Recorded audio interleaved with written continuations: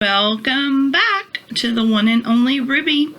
Today we are going to be starting on page 138, and the title of 138 is Left Behind. You remember when we left Ruby on page 137, we talked about how she's loving the orphanage and it's a great place to be and how happy she is. Spoiler alert, today turns rough. Because we know that Ruby is not still at the elephant orphanage and she's not still in Africa. So we know that something has to happen to get her to our setting now, which is the zoo. And the setting in the one and only Ivan, which was the Big Top, where Mac lived. So today we're going to find a little bit about how the journey that started Ruby towards the United States and North America from Africa. So join me on page 138, Left Behind. One hazy, hot morning, I had to stay behind in my cage of the nursery, while the others went out for their daily walk. I'd stepped on an acacia thorn the day before, and my right foot was sore and swollen. Jabari fed me, tended to my foot, and kissed the top of my head. He had some words, then held up a finger, which I'd learned meant, "Wait here, I'll be back soon." I watched him go, and I made a pouty face. "Some of the keepers are sick, I hear," said Odongo, who was sniffing through the hay for any interesting food. "Jabari has to help out." "I'm stuck here all day," I complained, "but at least you and I can play." "Sorry, no can do," said Odongo. "I have to search for breakfast. Some of us have to work for our food."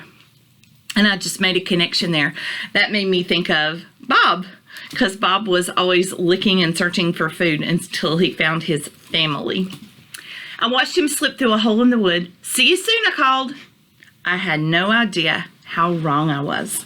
So there's some foreshadowing that something bad is about to happen. A hint of smoke. The morning went on. I tried to sleep, but I didn't want to. I built a little tower with pieces of hay, but it was boring. I listened for other elephants or keepers, but the place was strangely quiet. When I first noticed it, I thought I was imagining things. Maybe one of the keepers was cooking something. Maybe someone was smoking one of those awful smelling cigarette thingies. Although why a human would do that was beyond me. But I wasn't imagining things. It was smoke. The kind of smoke that Grandmama had warned me about. The kind that meant danger. I trumpeted loudly to get someone's attention. Nothing. I called for Odongo to warn him. Nothing. I checked the sky, but there wasn't anything to see. Not yet, anyway. Why weren't the caretakers panicking? Didn't they smell what I smelled? But of course they didn't. Mama had told me once that humans can't detect scents nearly as well as elephants can. Just one of their many flaws, she'd said. Jabari, where was he? With the other babies on their walk? Had any of them sensed the danger yet? I pushed hard on the door to my cage. It didn't budge. I inhaled deeply. I wasn't wrong. There was smoke in the air, maybe even more of it. I ran hard against the door. 1, 2, 3 times. Nothing. I turned around and aimed for the back of the cage where the wood was bent and splintered and warped. Bam! Bam! Bam! On my 4th try, I barreled through. I was outside. I was free. And I was alone. But now what? Panic. The smell of smoke is a different kind of smell. It's alive. You can taste it in your trunk, in your mouth, and even deep inside of you. So have you ever smelled smoke? Does your feeling of smoke match this description that Ruby's giving us of how smoke feels to her? Something to think about. You know it wants to hurt you. I was panicking and I knew it, but I couldn't stop myself. Maybe it was because I was so little. Maybe because I'd already been through so much. But with every breath, all I could hear was Grandma in my head. Danger, danger, danger. I wanted to find Jabari, to warn Odongo, to herd the other elephants and caretakers to safety. But where were they? By this time of day, they'd be several miles out foraging. And with my hurt foot, I can't get the page turned, would take forever to reach them. Maybe if I could find a caretaker close by and alert him, that would work. But the area was strangely deserted, probably because so many of them were sick today. I spun around frantic to find someone, anyone. At the top of a small rise were a few cabins where some of the workers lived. It wasn't too far, and maybe from that height I could see Jabari and the others. I ran as fast as I could. which was not very. The whole way there, all I could think was, danger, danger, danger, like some horrible song that wouldn't end. The cabin. By the time I reached the top of the hill, my foot was throbbing and smoke was clearly visible, bellowing in the air. I paused, trying to catch my breath, and looked around me. I could see the orphanage at the bottom of the hill, but I couldn't find Jabari and the other elephants and caretakers. 3 cabins sat side by side. When I pushed with my trunk on the door of the first one, it swung open easily. I stepped inside, hoping to find one of the workers, but the place was silent. I'd never been in a human habitat before. It was impossibly big compared to the place where Jabari and I sleep each night, and filled with strange objects. Obstacles were everywhere, soft and oddly shaped, like weird bushes. The floor had no hay at all. One room smelled of human food. In another room, blankets stretched across a flat expanse raised off the floor. I saw a pillow like the one Jabari liked to place his head on when he wasn't using me for a pillow. The panic was tightening in my chest. Danger, danger, danger. I delivered my loudest ever trumpet. Maybe someone would hear me. Maybe someone would wonder why a baby elephant was in a cabin built for humans. But nobody answered, and nobody came. The fire. You can see Ruby is looking out the window from inside the cabin. I ran to the back room.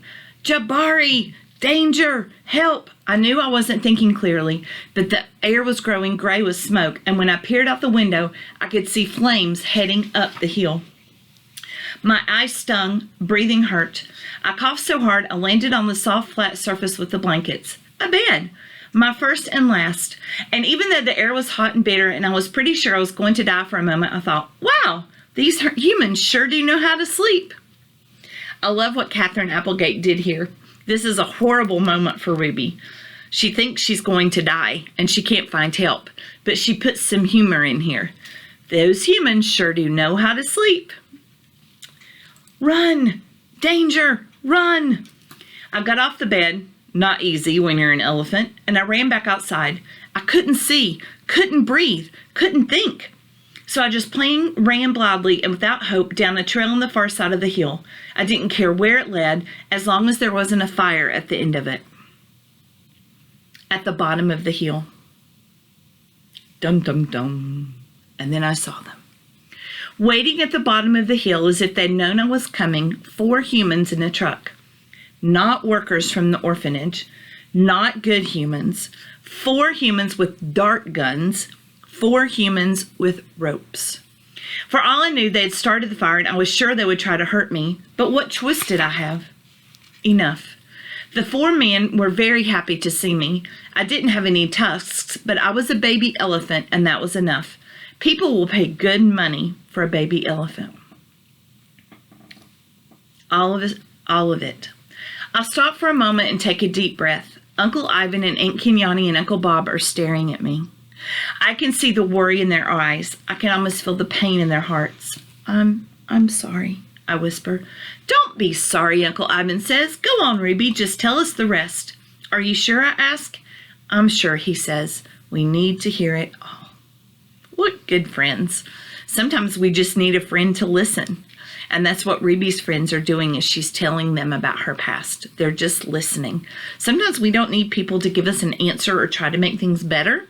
We just need them to listen. And they're being really good friends in doing that. Travels. There were many trucks after that. There was hiding. There was moving at midnight. There was thirst and hunger.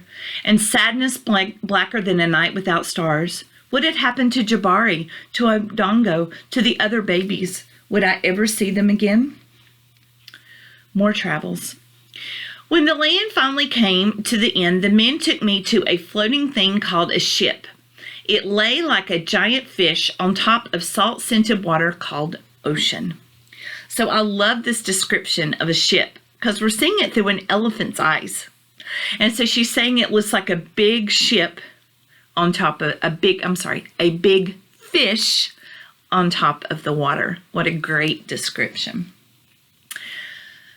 The water went on forever and never stopped moving. Here and there were peaks of white popped up like busy little clouds. I lived in a dark, dung-filled crate. It rocked with the ocean until I was too sick to eat. Not that there was much to eat. After endless days, the ship found land. I was loaded into yet another truck for another long journey. My new home. And that's a saddle, like you would put on an elephant to ride, a blanket and an elephant saddle. My new home was a traveling roadshow called the Fizzle Brothers Family Circus. The Fizzle Brothers Family Circus wasn't really a circus. It was 2 trailers by the side of the road, a children's ride that squeaked and spun. It was small tents and sullen humans. Sullen means they weren't happy. They named me Ruby. At first, I hated the name. I was Naya or Dunny. What did these awful humans know about me? What gave them the right to change my name? But after a while, I grew used to the sound of Ruby. It was hard enough just remembering that I'd been a wild, free creature. I didn't have the energy to worry about what I'd been called. Most days, I walked in a circle behind another elephant named Fiona. She probably had other names, too. Fiona wore a oldly worn saddle strapped to her back. People rode her for money. It cost extra to take a photo. Sometimes children kicked Fiona to see if she would go faster. She wouldn't. Fiona wasn't like Aunt Stella. She didn't talk to me much, didn't seem to care about anything. I could see from her empty eyes she had given up a long time ago. Not that I could blame her. Forever. I wasn't with the Fizzle Brothers Family Circus for long. They lost all their money and sold me off to a guy named Mac. I guess you could say they fizzled. All right, here is Katherine Applegate doing a great play on words with the word fizzle. She named the circus the Fizzle Brothers Family Circus, and so Fizzle would have been their last name, like Tom Fizzle, Sam Fizzle, Johann Fizzle, Juan Fizzle. That was just their last name. But then Ruby says, I guess you could say they fizzled. Fizzled has more than one definition. So if you think about fireworks, you're all excited, you set a firework off, and maybe it just goes, and it doesn't go in the air, and it doesn't make a loud sound or have any color, and someone might say, oh, that sure fizzled out. It means it ended before it really did anything. So that's this circus, it fizzled out.